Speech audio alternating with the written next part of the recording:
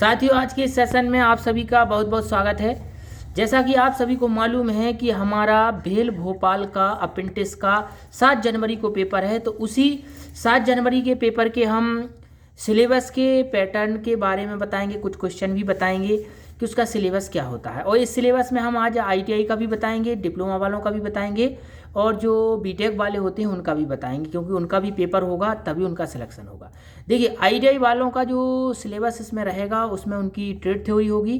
जो trade theory होती है, जैसे फिटर वाले हैं तो उनकी फिटर ट्रेड की थ्योरी होगी, इलेक्ट्रीशियन वाले हैं तो उनकी इलेक्ट्रीशियन की ट्रेड थ्योरी होगी, वेल्डर वाले हैं तो वेल्डर की ट्रेड थ्योरी होगी। तो ट्रेड थ्योरी आपको पढ़ना है ITI वालों को जल्दी से अभी, क्योंकि ज़्यादा समय अभी नहीं बचा हुआ है। आप ट्रेड थ्योरी के मेन क्वेश्चन पढ़ लीजिए ITI वाले।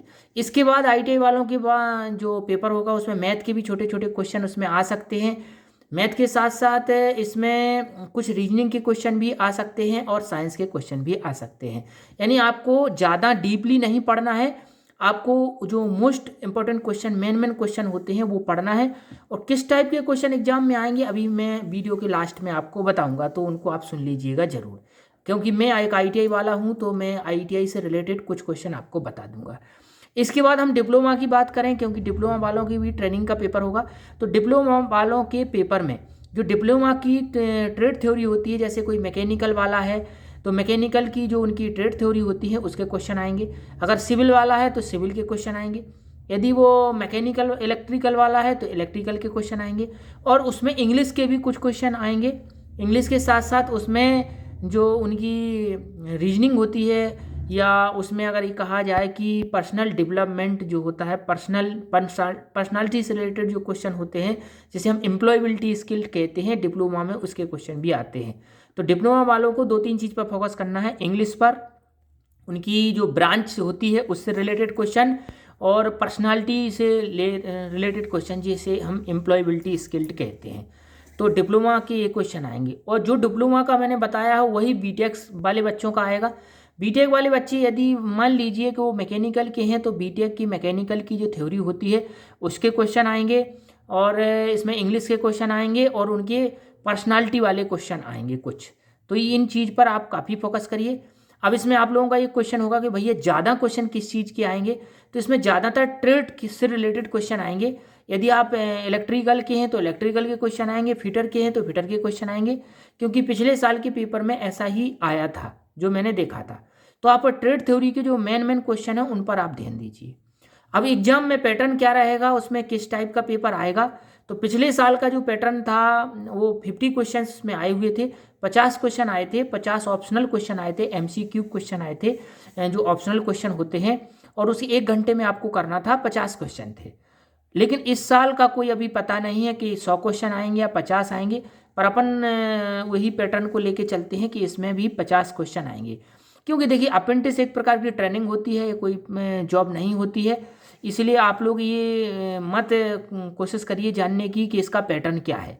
देखिए, जो गवर्नमेंट जॉब होती है उसी का पैटर्न होता है, एक प्रकार की ट्रेनिंग है 1 साल के लिए, 1 साल के बाद आपको निकाल दिया जाएगा। कोई नौकरी का इसमें कोई चांस नहीं है। आप ये सोचें कि हम अप्रेंटिस में पहुंच जाएंगे तो हमारी नौकरी लग जाएगी, ऐसा कुछ भी नहीं है। बस एक प्रकार का आपको महारत्न कंपनी, BHL जैसी महारत्न कंपनी में आपको एक ट्रेनिंग करने का मौका मिलेगा, आपको एक अच्छा प्लेस मिलेगा, आप अच्छे इंजीनियर्स के साथ काम करेंगे तो इससे आपको पढ़ने का उसमें इंटरेस्ट आएगा। तो इसलिए इसमें कोई ऐसा पैटर्न नहीं रहता है एग्जाम का।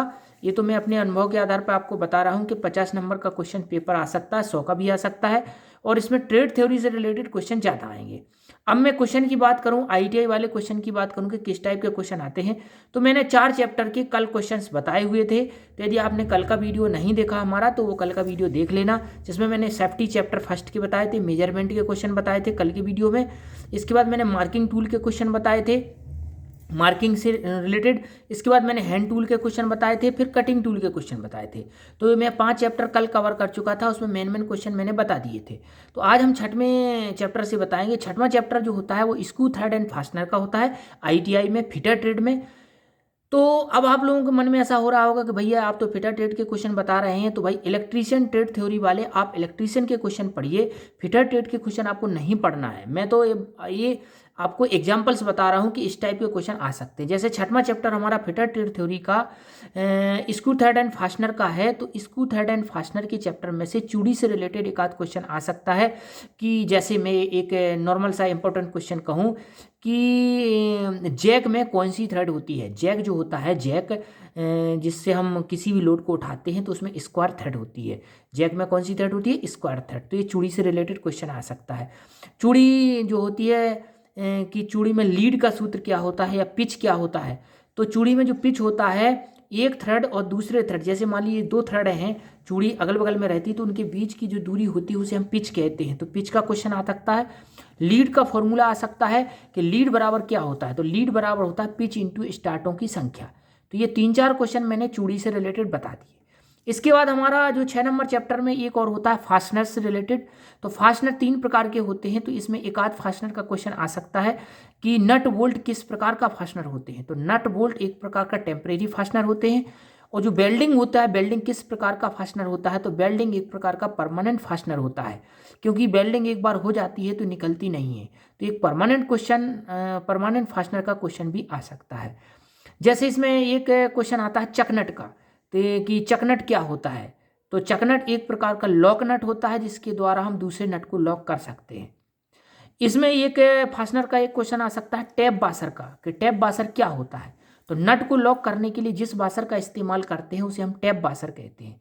तो जो फास्टनर होते हैं वो नट बोल्ट की क्वार्टर पिन स्क्रू स्टड ये वगैरह क्वेश्चन रहते हैं। तो इसमें से कुछ क्वेश्चन इंपॉर्टेंट हैं, तो आप अपनी ट्रेड थ्योरी की बुक उठाइए और उसमें से ऑप्शनल क्वेश्चन जो दिए हैं उनको पढ़िए। मैं और 2-4-10 क्वेश्चन आपको बता देता हूँ। जैसे एक चाबी का क्वेश्चन आता है कि जो की होती है, की का टेपर कितना होता है। तो की में जो टेपर होता है वो 1:100 का टेपर होता है। और जो क्वार्टर होती है, क्वार्टर पिन होती है सिलेंड्रिकल, उसमें कितना टेपर होता है। तो उसमें जो टेपर होता है वो होता है राउंड वाली होती है, जो राउंड टेपर की उसका 1:50 का टेपर होता है, और प्लेन टेपर की होती है उसका 1:100 का टेपर होता है। इसके बाद हमारा 7वां चैप्टर जो आ जाता है वो आ जाता है मेटल का। तो मेटल का एक क्वेश्चन जरूर आएगा, चाहे वो डिप्लोमा वाला हो, चाहे वो इंजीनियरिंग वाला हो, चाहे वो ITI वाला हो। तो मेटल बहुत ही इंपॉर्टेंट चीज़ है। तो मेटल में सबसे पहले ध्यान रखें मेल्टिंग पॉइंट। जैसे रॉट आयरन का मेल्टिंग पॉइंट क्या होता है। तो रॉट आयरन का मेल्टिंग पॉइंट 1600 डिग्री सी होता है, ये आ सकता है। कॉपर का मेल्टिंग पॉइंट क्या होता है, 1083 डिग्री सी होता है, 1083 डिग्री सी होता है। इसके बाद गन मेटल में क्या क्या होता है। तो गन मेटल में होता है कॉपर, टिन, जिंक। 88% कॉपर होता है, 10% टिन होता है, और 2% इसमें जिंक होता है। तो एक क्वेश्चन मिक्सचर का इसमें आ सकता है। इसके बाद इसमें कास्ट आयरन में कितना कार्बन होता है ये पूछा जा सकता है। तो कास्ट आयरन में जो कार्बन होता है वो 2 से 4% होता है। जो ये मैं क्वेश्चन मौखिक बता रहा हूँ ये वेरी वेरी इंपॉर्टेंट क्वेश्चन है। आप किसी भी ट्रेड के हो, मेटल हर ट्रेड में आता है, चाहे वो इलेक्ट्रीशियन हो, फिटर हो, वेल्डर हो, टर्नर मशीनिस्ट हो, डिप्लोमा वाले हो, मैकेनिकल ITI यानी BTech वाले हो, कोई भी हो, मेटल हर एग्जाम में आती है। तो मेटल के 2 से 3 क्वेश्चन आप जरूर याद करके रखेंगे। इसके बाद अपन हीट ट्रीटमेंट क्वेश्चन हमारा चैप्टर होता है 8वां नंबर वाला हीट ट्रीटमेंट। तो हीट ट्रीटमेंट जो होती है ये भी हर ट्रेड में, हर पढ़ाई में आता है, चाहे वो डिप्लोमा हो, इंजीनियरिंग हो, ITI हो, किसी भी ट्रेड की ITI हो। तो उसमें एक क्वेश्चन जरूर आता है कि किसी धातु की ब्रिटलनेस को कम करके टफनेस बढ़ाने के लिए कौन सी हीट ट्रीटमेंट प्रोसेस की जाती है। तो इसमें टेम्परिंग क्रिया होती है, जिसे हम हिंदी में पानी चढ़ाना कहते हैं, टेम्परिंग प्रोसेस। टेम्परिंग प्रोसेस से क्या होता है, ब्रिटलनेस कम हो जाती है और टफनेस बढ़ जाती है। इसके बाद एक और इसमें आ सकता है नॉर्मलाइजिंग का क्वेश्चन आ सकता है कि मशीनेबिलिटी को बढ़ाने के लिए या किसी धातु को सॉफ्ट करने के लिए कौन सी क्रिया की जाती है। तो मशीनेबिलिटी को बढ़ाने के लिए या उसमें किसी धातु को सॉफ्ट करने के लिए इसमें अनीलिंग क्रिया की जाती है। कौन सी क्रिया, अनीलिंग क्रिया। स्ट्रेस को रिफाइन करने के लिए कौन सी क्रिया की जाती है। तो स्ट्रेस को रिफाइन करने के लिए एक प्रकार की क्रिया होती है नॉर्मलाइजिंग क्रिया। तो ये मैंने 3 क्रिया आप लोगों को बता दी, एक बता दी टेम्परिंग, एक बता दी अनीलिंग, एक बता दी नॉर्मलाइजिंग। तो ये 3 क्वेश्चन हमारे हीट ट्रीटमेंट में से काफ़ी इंपॉर्टेंट क्वेश्चन है। इसके बाद हम आ जाते हैं 9 नंबर चैप्टर में फिटर ट्रेड थ्योरी के, जिसमें सूक्ष्ममापी यंत्र का चैप्टर होता है। तो देखिए सूक्ष्ममापी यंत्र का चैप्टर डिप्लोमा भी आ सकता है और इंजीनियरिंग में भी आ सकता है, ITI में भी आ सकता है, क्योंकि प्रिसीजन इंस्ट्रूमेंट जो होता है ये सारी पढ़ाई में वेरी वेरी मोस्ट है। तो इसमें हमारा क्वेश्चन जो इंपॉर्टेंट क्वेश्चन आ सकता है वो लीस्ट काउंट का। तो लीस्ट काउंट हम कल के वीडियो में बता चुके, बहुत सारी लीस्ट काउंट जो आ सकती है। इसमें आज हम 2-3 क्वेश्चन और बता देते हैं। एक क्वेश्चन ये बताएंगे बर्नियर कैलिपर किस सिद्धांत पर कार्य करता है, ये क्वेश्चन जरूर आएगा।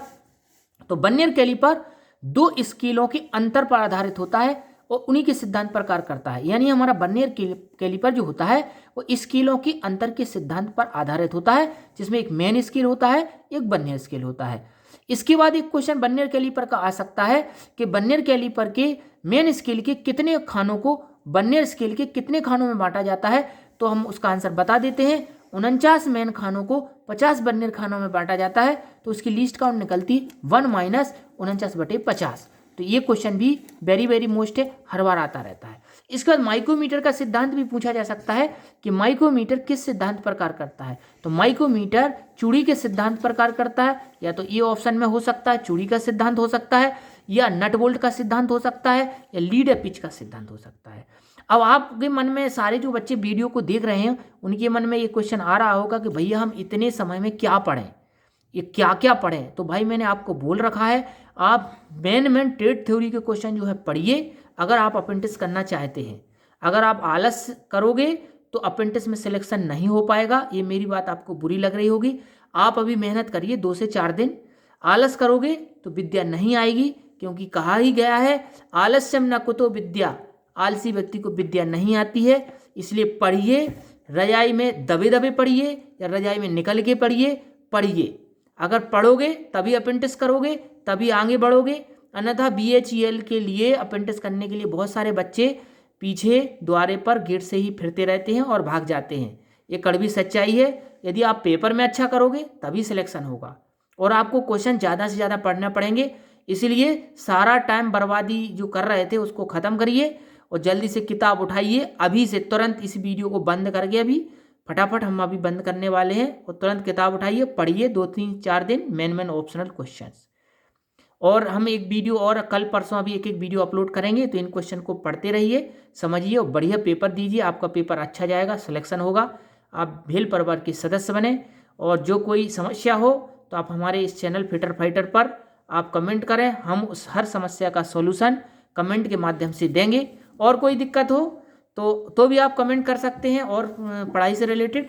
आज के लिए इतना ही। जय हिंद, जय भेल, जय भारत।